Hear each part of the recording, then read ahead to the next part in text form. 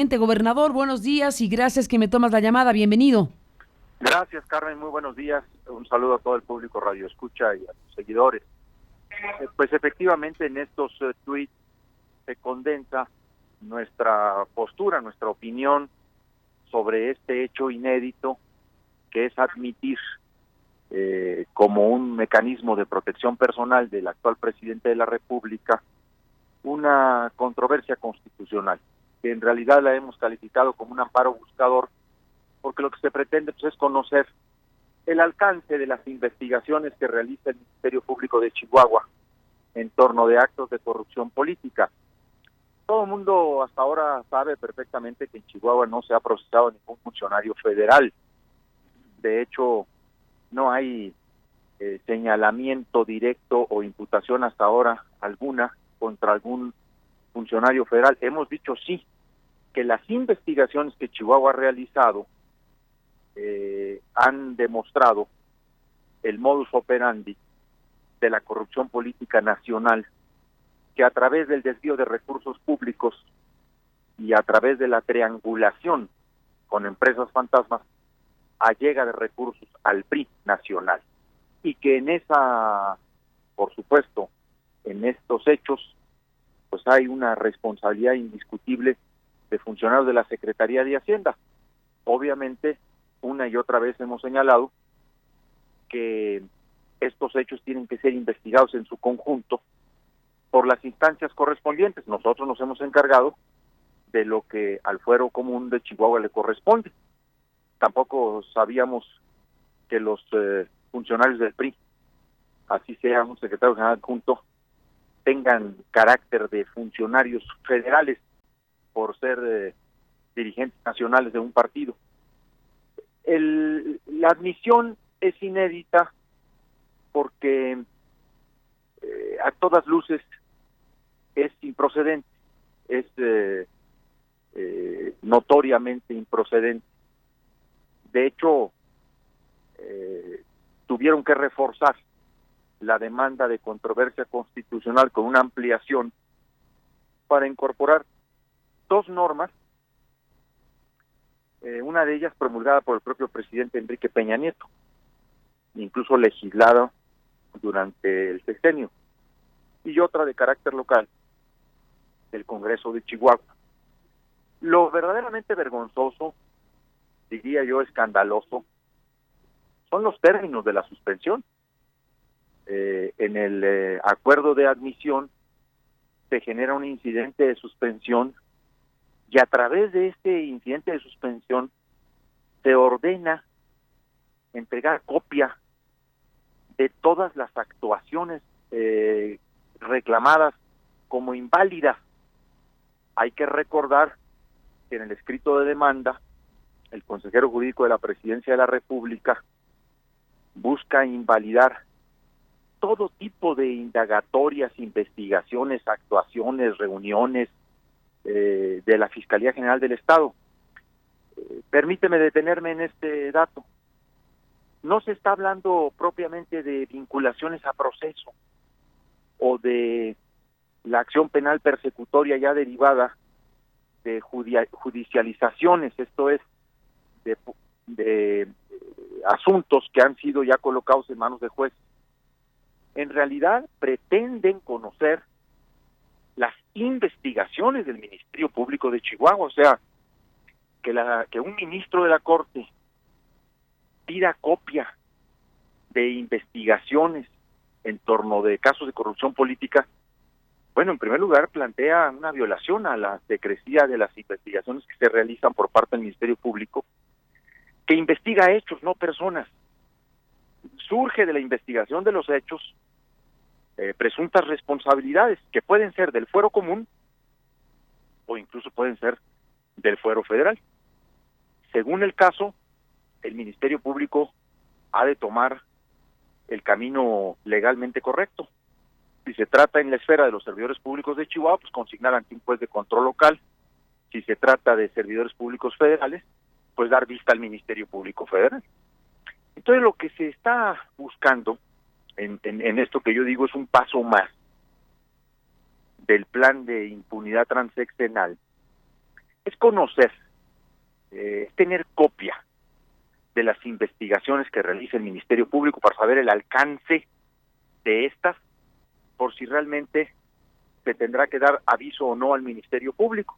Esa será decisión del Ministerio Público y hasta en tanto pues concluyan y se realicen las investigaciones. Por lo pronto está aquí, en toda su dimensión, pues un acto de protección personal, el presidente de la República utilizando todavía los instrumentos del gobierno para blindarse e intentar arrastrar a la Suprema Corte de Justicia de la Nación en su desesperación al desprestigio en el que se sumió el gobierno que él encabeza. Javier Corral, estamos frente a algo en donde desde luego no por casualidad, no porque se le ocurrió, no porque no tenía cosas que hacer, el presidente de la República de México, Enrique Peña Nieto, le solicitó a su consejero jurídico que fuera a la Corte, que presentara esta controversia, que después la ampliara, por cierto, que aquí hay un tema importante. La controversia originalmente venía en unos términos y después fue ampliada y finalmente admitida por un ministro de la Corte, que en este caso hay que decirlo también, es un ministro que acorde a su biografía de servidor público, pues ha estado cercano en algún momento al propio Enrique Peña Nieto y hay, información de su cercanía amistosa incluso con el presidente de la República por capítulos de su propia vida. Así que tenemos un contexto muy complejo en donde me pregunto qué dirán los demás ministros, porque esta es la decisión que le toca al ministro en turno. El presidente de la Corte recibió y radicó el asunto cuando se presentó la controversia y lo turnó al ministro Medina Mora, que es al que en turno le correspondía. Pero ese es un tema que debe, me imagino, ser discutido muy ampliamente en la Corte por su significado y connotaciones. Yo no creo sinceramente que en la Corte haya un ambiente o una opinión favorable a esta actuación. Ahora sí que el presidente de la República, Peña Nieto, es un suertudote porque su amparo buscador le tocó por turno al ministro Medina Mora, que en efecto, el ministro Medina Mora pues, es un personaje muy cercano al actual presidente de la República. Si esto es lo que ha influido en el acuerdo de admisión y sobre todo en los términos de esa suspensión, es algo que los ministros de la Corte tendrán que valorar en justa dimensión, y yo sinceramente creo que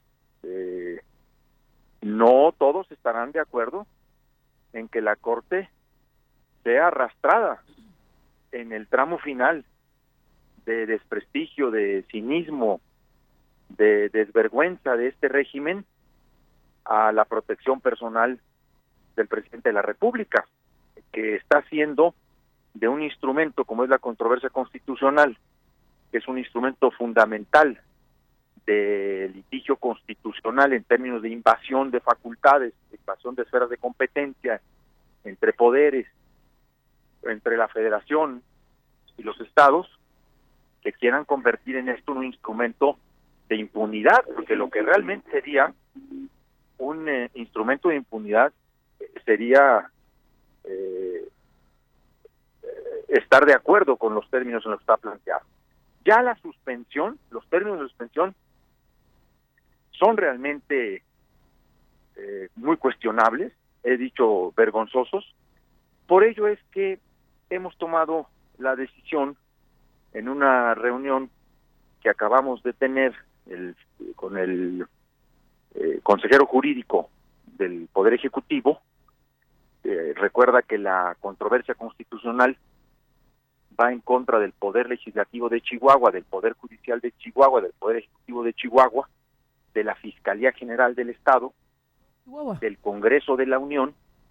Entonces nosotros lo que hemos resuelto de todo, perdón, gobernador, de todo Chihuahua, o sea, va contra todos los poderes de Chihuahua. Va contra todos los poderes del Estado. O sea, el presidente Peña Nieto versus Chihuahua. Pues es la controversia en contra de la acción de Chihuahua de perseguir e investigar la corrupción política. Esa es la verdad de esto. ¿Y a qué obliga? Sí, déjame tener un segundo, Javier, gobernador. ¿A qué obliga esta resolución, esta decisión de un ministro de la Suprema Corte de Justicia, Eduardo Medina Mora? ¿A qué obliga al Estado? ¿A qué te obliga a ti? ¿A qué obliga a la Fiscalía? ¿A qué obliga al Congreso a entregar qué, cuándo, cómo, con qué alcance? Da un plazo de 30 días para entregar copia de todas las actuaciones que se reclaman como inválidas. Esto es, incluidas las investigaciones. 30 días antes de que se vaya Peña Nieto, pero en el filito. Sí, claro, a ver.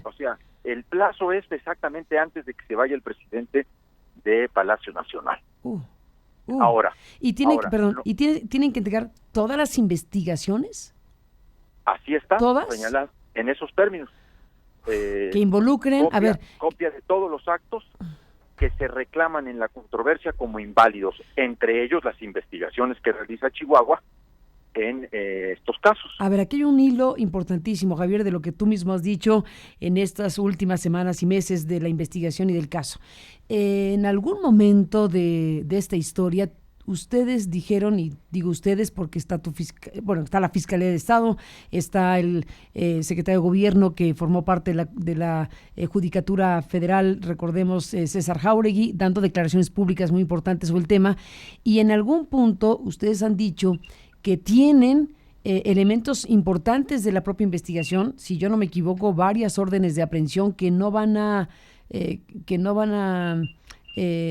entregar a las autoridades federales, es decir, a la Procuraduría General de la República, hasta que se termine el sexenio, y han dicho que a partir del 1 de diciembre, con un nuevo gobierno, con una nueva estructura, con un cambio formal de poder, ahí ustedes entregarán lo que tienen, que solo ustedes lo saben, y que me imagino, déjame aquí yo interpretar, es precisamente lo que quieren conocer, porque si conectas el conjunto de informaciones públicas como esta, porque ustedes dijeron que tenían eso y que no lo van a entregar sino hasta que se acabe el gobierno de Peña, pues eso es lo que uno entendería, motiva al presidente de la República a pues jugar esta carta tan extraordinaria, inédita, de un presidente en funciones que va a la Corte buscando amparo, formalmente amparo, y tú has dicho que formalmente buscando una protección personal con las herramientas que le da su actual condición de presidente de la República.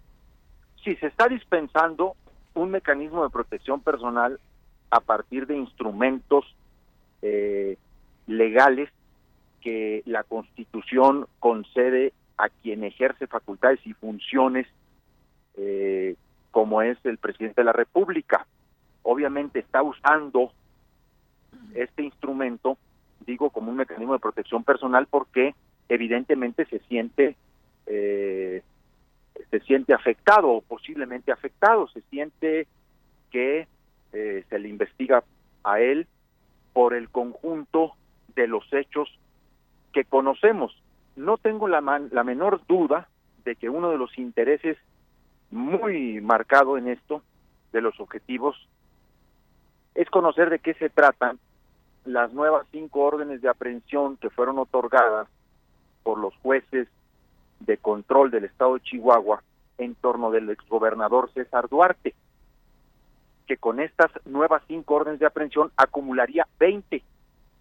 Y en ese sentido, efectivamente nosotros dijimos que como estaban las cosas, viendo la actuación de la PGR que está al servicio de los corruptos y no de investigarlos, nosotros nos reservaríamos, generaríamos un trámite interno que tenemos, por cierto, que consolidar una vez que se otorgan estas órdenes de aprehensión para presentarlas con el nuevo gobierno.